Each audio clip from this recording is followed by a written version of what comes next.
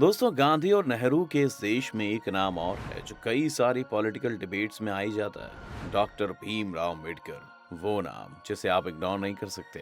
भारत के पहले कानून मंत्री और भारत का संविधान लिखने वाले अम्बेडकर के चाहने वाले और उनसे नफरत करने वाले दोनों ही तरह के लोग आपको मिलेंगे।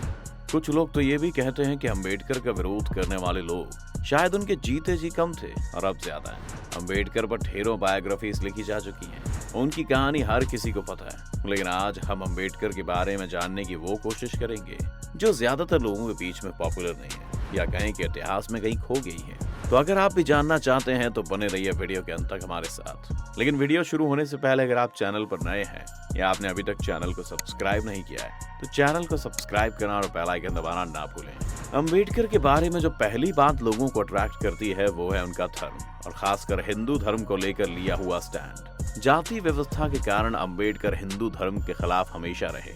1919 में उन्हें लाहौर में धर्म पर बोलने के लिए बुलाया गया था, लेकिन अम्बेडकर के विचारों को देखते हुए इस इवेंट के ऑर्गेनाइजर्स ने अम्बेडकर की स्पीच की कॉपी पहले से ही मंगवा कर रख ली थी।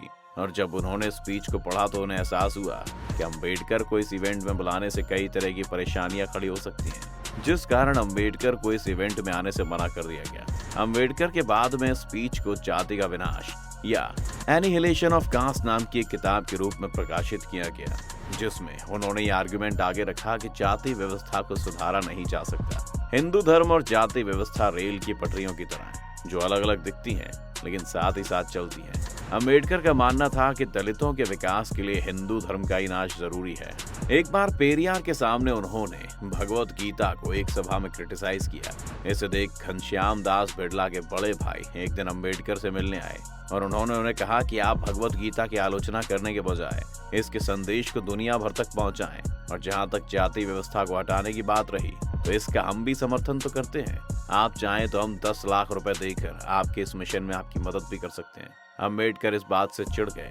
अम्बेडकर का जीवन पूरी तरह से ही जाति व्यवस्था के कारण प्रभावित हुआ था। जब अम्बेडकर स्कूल में थे तो उन्हें संस्कृत पढ़ने से रोका गया, जिस वजह से अम्बेडकर को फारसी पढ़नी पड़ी और अब उन्हें लग रहा था कि 10 लाख रुपए देकर बिड़ला उन्हें खरीदना चाह रहे हैं। अम्बेडकर का हिंदू धर्म से विवाद 1929 में भी सामने आता है, जब उन्होंने नोटिस टू हिंदुइज्म नाम से एक लेख लिखा और इसमें दलितों से आग्रह किया कि वो अपना धर्म बदल लें। अम्बेडकर का झुकाव पहले इस्लाम की तरफ था, लेकिन फिर कुछ लोगों ने उन्हें सिख धर्म अपनाने के लिए कहा, लेकिन सिख धर्म में भी जातियों को देखकर उन्होंने ये ख्याल टाल दिया। खैर, अम्बेडकर ने इस्लाम भी नहीं अपनाया, क्योंकि अम्बेडकर को एक ऐसा धर्म चाहिए था जो सिर्फ जाति ना मिटाए बल्कि आध्यात्मिक रूप से भी उन्हें स्वतंत्र कर दे। ईसाई धर्म के साथ उनकी परेशानी ये थी कि ईसाई जीसस को अपना मसीहा मानते थे और बाइबल में लिखा हुआ ही अंतिम सत्य था। हिंदू धर्म में भी पहले से ही सभी कुछ डिफाइंड था। इस्लाम के साथ भी ये परेशानी थी कि उन्हें मानना पड़ता कि मोहम्मद अल्लाह के आखिरी मैसेंजर या रसूल है और कुरान में जो लिखा है वही सब कुछ है। इसके उलट बुद्ध ने कभी खुद को भगवान नहीं कहा, साथ ही उन्होंने ये भी नहीं कहा कि उनकी बातों को कोई माने। बौद्ध धर्म में उन्हें आजादी थी कि वो अपने अंदर झांकते हुए अपनी तरह से इस धर्म को मान सकते थे और बौद्ध धर्म में कोई रूल नहीं थे। इसके अलावा समय के साथ बुद्ध ने बौद्धों को बदलने के लिए भी कहा था, जबकि बाकी धर्मों में जो कहा गया है वो अम्बेडकर के मुताबिक बदला नहीं जा सकता था। इसके अलावा जेंडर इक्वालिटी और कर्म का सिद्धांत जैसे पुनर्जन्म के सिद्धांत को भी बौद्ध धर्म में नहीं माना जाता था। उसने भी अम्बेडकर को अपनी ओर आकर्षित किया। अम्बेडकर अपने समय में शायद भारत के सबसे पढ़े लिखे आदमी थे। वो मुंबई के एल्फिंस्टन कॉलेज में पढ़ रहे थे और इसके बाद उन्होंने कोलंबिया यूनिवर्सिटी और लंदन कॉलेज ऑफ इकोनॉमिक्स में भी पढ़ाई की थी।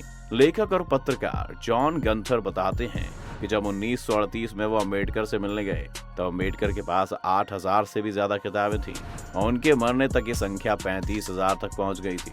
अम्बेडकर कभी अपनी किताबों को लोगों को पढ़ने के लिए नहीं देते थे, बल्कि अगर किसी को उनकी कोई किताब पढ़नी होती तो वो सिर्फ उनकी स्टडी में जाकर ही वो किताब पढ़ सकता था। अम्बेडकर का किताबों के प्रति इस कदर लगाव था कि वो रात भर पढ़ते थे और सुबह 2 घंटे के लिए सोकर कोर्ट जाते थे। कोर्ट जाते हुए भी वो अपनी कार में उसी दिन आई नई किताबों को पढ़ते रहते थे और कोर्ट के बाद वो फिर से किताबों के मार्केट में चले जाया करते थे, जहां से वो अपने लिए नई किताबें खरीदते थे।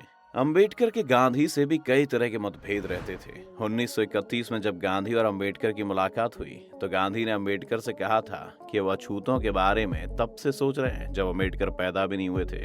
तो आखिर क्यों अंबेडकर उन्हें अपना दुश्मन मानते हैं? इसके जवाब में अंबेडकर ने गांधी से कहा था कि अगर गांधी सचमुच अछूतों के बारे में सोचते हैं तो वो खादी पहनने को कांग्रेस का मेंबर बनने की पहली शर्त ना रखते, बल्कि गांधी चाहते तो कांग्रेस का सदस्य बनने के लिए ये शर्त भी रख सकते थे कि कांग्रेस में सिर्फ वही व्यक्ति आए जो जाति व्यवस्था को ना मानता हो।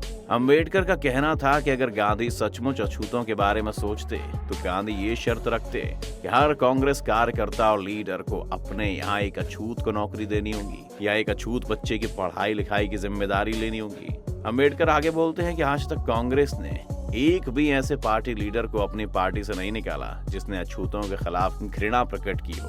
अंबेडकर जानते थे कि गांधी असल में जाति व्यवस्था के समर्थक हैं। गांधी का दोहरा चरित्र था। विदेशी मीडिया में पॉपुलर होने के लिए गांधी जब भी अंग्रेजी में लिखते तो हमेशा जाति व्यवस्था का विरोध करते, लेकिन गांधी के हिंदी और गुजराती में लिखे गए लेखों में हमेशा जाति व्यवस्था की तारीफ होती और वो इसके फायदे गिनाने लग जाते। ऐसे में अंबेडकर ने गांधी के गुजराती और हिंदी में लिखे गए लेखों को बाद में अंग्रेजी में ट्रांसलेट करना शुरू कर दिया था।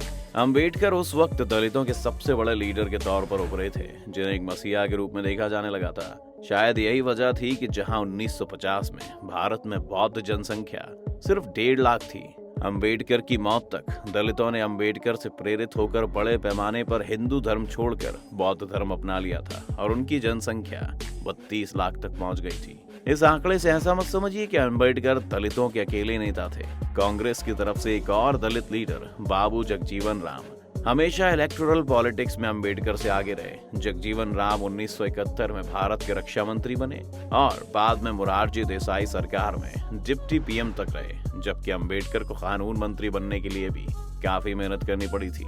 इसके अलावा बहुजन समाज पार्टी के संस्थापक मान्यवर काशीराम भी अंबेडकर की इज्जत तो करते थे, लेकिन अंबेडकर को दलितों का असली लीडर नहीं मानते थे। काशीराम के मुताबिक अंबेडकर तो विदेश से पढ़कर आए थे, जिस कारण दलितों से उनका जमीनी जुड़ाव एक समय के बाद कम हो गया था। इसलिए अंबेडकर के बारे में हर इंसान की अपनी अपनी राय है। आप अंबेडकर के बारे में क्या सोचते हैं? हमें कमेंट सेक्शन में जरूर बताइएगा।